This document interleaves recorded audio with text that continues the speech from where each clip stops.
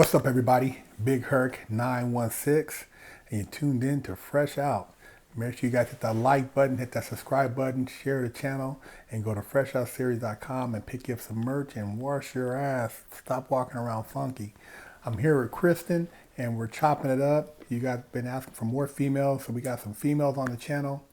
And Kristin, a lot of people have questions about like relationships in prison and trying to find love and how all that works, because men a lot of times have, maybe they have a girlfriend or wife who will ride for them. And I know in women's prison, statistically they say that the men don't support the women in prison like the women support the men in prison. So it's a lot more of the mothers and the families of the women looking out for them.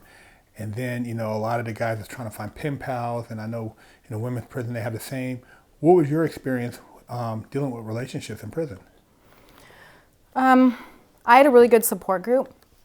So I had my family who had my children. As far as a relationship, when I went into prison, I was filing for divorce. I didn't want any relationship as far as that went. And my co-defendant was also doing time. When I knew that I was going to prison, my head was not in the right place. And I thought, well, I guess if I'm going to be locked down, it's going to be a buffet. So I thought I was just going to have a free-for-all of all the relationships that I could possibly have while I was locked down. And then when I got there, I realized that that was not how I wanted it to go. I saw a lot of women that hooked up inside. And then I saw a lot of women that did the pen pal thing. I didn't do any of the pen pals. I just tried to focus on my time and what I was doing and working out. And I don't think that I really had any real goals as far as relationships until I finally went to minimum and had decided that I wanted to change my direction of life. And I wanted to surround myself with people that were doing like things. So those that wanted to stay sober, those that wanted to work out, those that wanted to get out and do better and be better. That's what I wanted to be around, and that's all I focused on. But I saw all sorts of things. Like what? I mean, a lot of women survive off of pen pal money, first of all. Mm-hmm. You have to do what you have to do. And a lot of the women that go into prison had Johns in the first place. So they're used to having sugar daddies. Okay. So it's really nothing new, except that it's all via letter. And a lot of these guys didn't know you before. They just find you online, and they're willing to support you. Did you see any great love stories come from any of those pen pal relationships? Or did anything like, oh my gosh, he got out and married, Thomas, and they went off into the sunset, or anything like that? I mean, I saw a couple of officers that left their jobs to be with the inmates. Oh, wow. I personally knew a few that left their jobs to be with the inmates that they fell in love with. Oh, shit. So I witnessed that a couple times, and actually quit their job to be with the... Mm-hmm. Wow. Yeah. I wonder how long those lasted afterwards. You think they really had any substance to them, or? Well, because the women could be playing these guys. Right. These guys aren't really. They're probably like 4 or 5s on the street. If the girl's pretty, believing the whole story and then waiting for her to get out. Who knows? But yeah. I do know it was actually really sad. It was something that kind of fucked me up, actually. About a year and a half ago, I was out and about. I don't socialize much. I was going into a store. Somebody called my name. I have really tried to hold myself up. I don't have friends. I don't want to be known. And so for somebody to call my name, it was a little alarming. Not only did they call my name, they jumped me from behind and put their arms around me. So I was ready to go. And I didn't really recognize her, which was really sad, until she said, "It's me."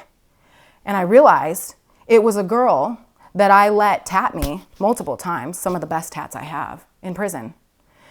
And she had dated an officer who ended up leaving the prison to be with her. And in front of me was this fentanyl addicted chick that I did time with. Didn't look anything like her. She had picked all over and had MRSA sores all over her body. And the cop was just over there on the side of the store with her, strung out too. And I thought she was gonna ask me for money, and she didn't. And I went inside and got her some snacks and a Gatorade and gave it to them both. He wouldn't even look at me because he knew me. He was an officer on the yard I was on. And just went down the straight shithole. Down the shithole. And here's the real kicker, and it's gonna choke me up. A couple days later, they were gunned down off of 17. What? Yeah. So. Damn.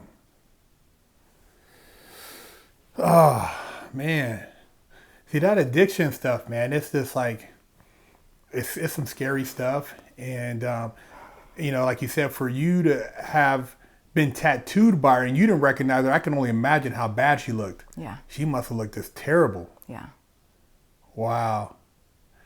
Now, were you able to, between the time you went to prison and you got out, were you able to find anybody that, brought you some type of balance to your life?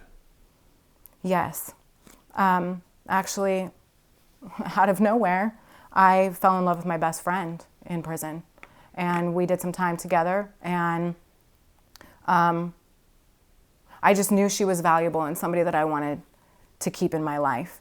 And she had more time than me.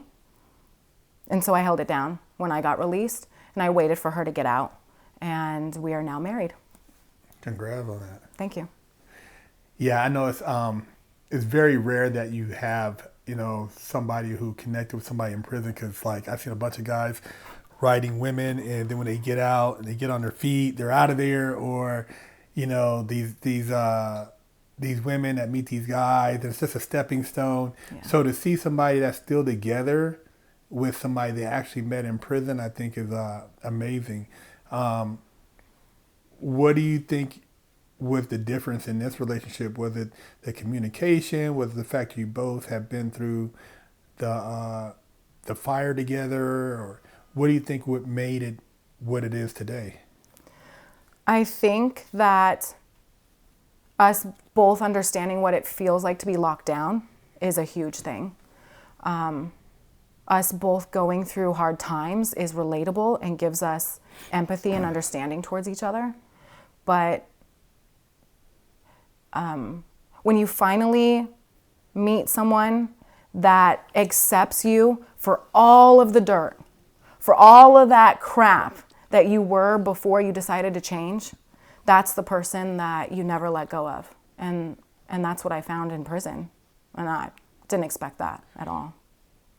Yeah, because, when you see a lot of these social media relationships and people that are just together with somebody and they take a bunch of pictures and then they break up, I mean, it's so fake, man. Ben Affleck, Jennifer Lopez, Blueface and the crazy girl he's with, and some of these other, relationships that look like, the Kardashian every other month they're with somebody. It's like there's no genuine love there. It's all for either social media fame or, some type of, there's something that it's something to get ahead, but it's not nothing that it really brings value to the other person. So, finding somebody that gives you that balance, I know is, it's a rare thing, man. And I think now with even a lot of these, women that like, they say, hey, you're getting all this money, you're working maybe,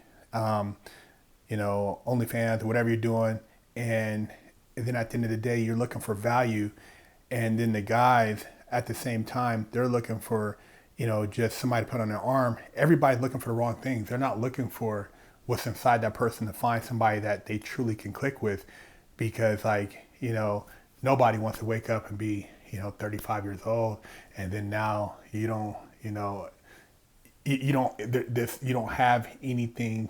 You're alone, and you can't find nobody to really spend your quality time with, because everything you had up until that point was just fake, or pretend, So, that's one of the things I always look at when people talk about, oh man, this and that. But it's like, I wonder how real that relationship is.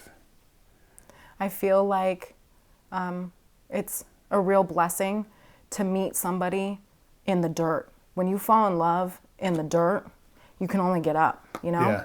So I've seen her at her worst, and she's seen me at my worst, so now we're growing up together. Yeah. No, I think that's a big thing, because like it's easy, like once you make it and you're living a life, and then all these people, hey man, there's this and that, and everybody wants to be your friend, and you're like, dude, where were you when I was coming up, and how genuine is your love now? I mean, is it fake play to try to use me for something, or what is it? So that is a big thing. That was a very scary thing, waiting for 2 years, because when you see all the women that just need the money on the books and they just want the pen pal, yeah, of course, that was very terrifying. Holding it down for somebody and being loyal, which wasn't in my character. Maybe loyal to your homie, but loyal because you love somebody, that wasn't something I knew. Yeah. And I was, because I wanted this to work, and I wanted her to know that I could be there for her, because sometimes when you're an inmate, that's all you need. Well, I mean, how many times have you seen somebody that was one way inside, they get out and they're a totally different person? Absolutely, all the time. It's like that person's not even the same person they were in. It's like they flipped the script. So well, you have to remember, we were all convicts. We were good at something. Yeah. There you have it. Big Herc 916 and Kristin, fresh out. You tired of smelling like stanky butt, funky armpits? Wash your ass. Go to freshoutseries.com and pick you up a bar of soap.